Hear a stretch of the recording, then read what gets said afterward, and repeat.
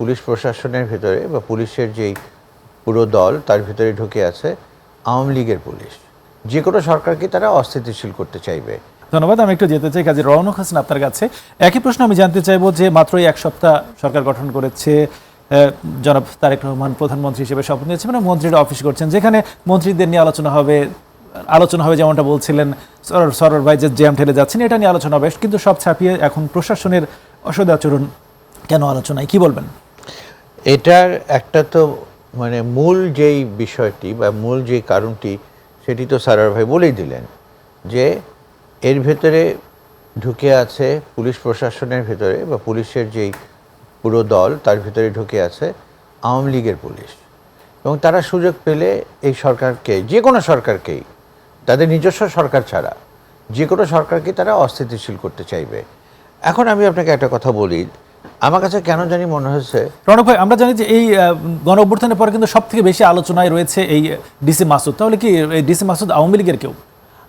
DC Masud মনের ভেতরে কি আছে তা তো জানি না। অ্যাপারেন্টলি সে যথেষ্ট কন্ট্রোল করার চেষ্টা করে, সে খুবই কমান্ডিং, সব ঠিক আছে।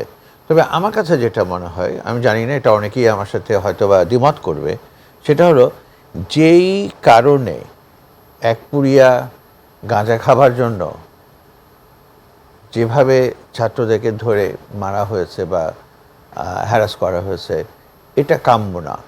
আর নর্থ আমেরিকা, সুইডেন, ওয়েস্টার্ন ইউরোপে এই গাঁজাটা কিন্তু মানে একটা পরিমাণ লিগাল, হ্যাঁ, পরিমাণ মতো, এবং ওখানে কেনা যায়। এবং এই যে চকলেট যেমন আমরা কিনি, সেরকম বিভিন্ন গ্রেডের গাঁজা আপনার শিশিতে থাকে, সেখান থেকে নেওয়া যায়। এবং যেটা বার আছে, হ্যাঁ, বার আছে।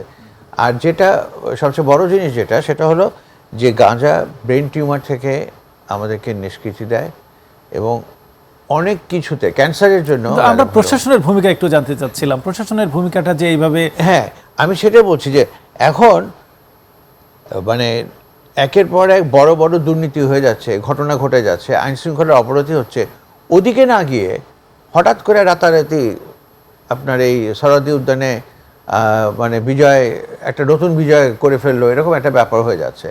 এটা কিন্তু কাম্য না।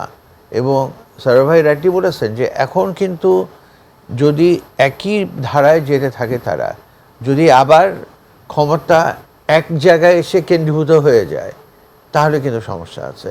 আমার কাছে কেন যেন মনে হচ্ছে যে বিএনপির চারিদিকে অতি উৎসাহী বিএনপির যারা, তারা মিলে এমন একটা সিচুয়েশন তৈরি করছে যেটা কোনো কারণেই দেশের জন্য মঙ্গলজনক। রণক ভাই, মাত্র 7 দিনেই কেন এটা মনে হলো?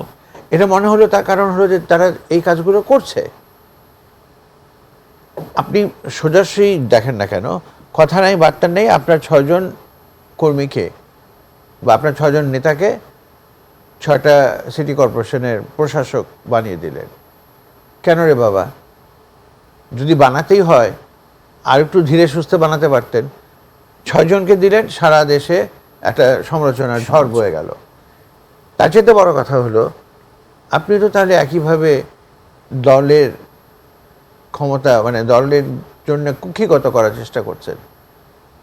তো তাহলে তো কোনো বিএনপির পক্ষ থেকে বলা হচ্ছে যে স্থানীয় যে সেবাগুলো দরকার সিটি কর্পোরেশন থেকে, সেগুলো পাচ্ছিল না সাধারণ জনগণ, এই কারণে দেওয়া হয়েছে। আপনি কি মনে করেন যে একজন প্রশাসককে নিয়োগ করলেই এই সেবাগুলো সব জনগণ পাবে? মোটেই না, মোটেই না। কারণ ওই প্রশাসকের তো সিটি কর্পোরেশন, তার কর্পোরেশনটাকে চিনতে বুঝতেই লাগবে অনেক সময়। তারপরে তো তাকে তো কোঅপারেট করবে না, এক গ্রুপ করবে আর এক গ্রুপ করবে না, এক গ্রুপ তাকে কি করবে, তাকে তোষামোদি করবে।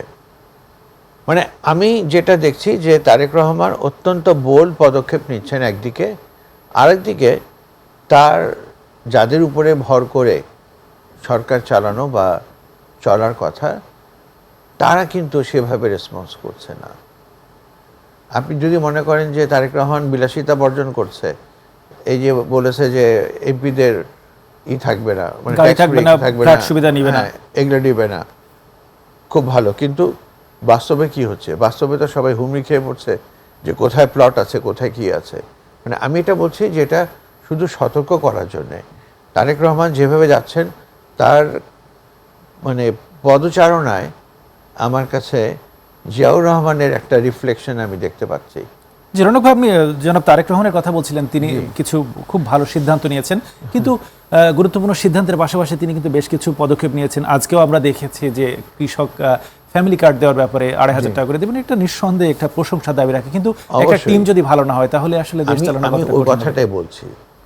আপনি একজন স্ট্রাইকারকে দিয়ে একটা ফুটবল টিম চালাতে পারবেন না, বা আপনি কোনো জয় অর্জন করতে পারবেন না। আপনাকে পুরো 11 জন প্লেয়ারকেই একই রকম হতে হবে, স্ট্যান্ডার্ড সেম হতে হবে এবং একই চিন্তাধারার হতে হবে। এখন এখানে এই জিনিসগুলো আমার কাছে মনে হচ্ছে যে অতি দ্রুত সামনে চলে আসছে, যেগুলো আপনি দেখেন এই যে চাঁদা নিয়ে যেই থিওরি দিলেন রবিউল সাহেব,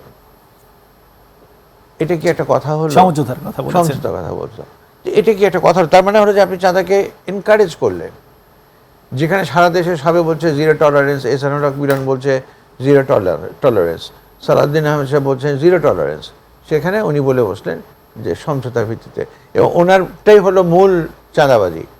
এই যে মানে শত না হাজার কোটি টাকার চাঁদাবাজি হয় সড়ক পরিবহনের কথা বলছেন। সড়ক পরিবহন,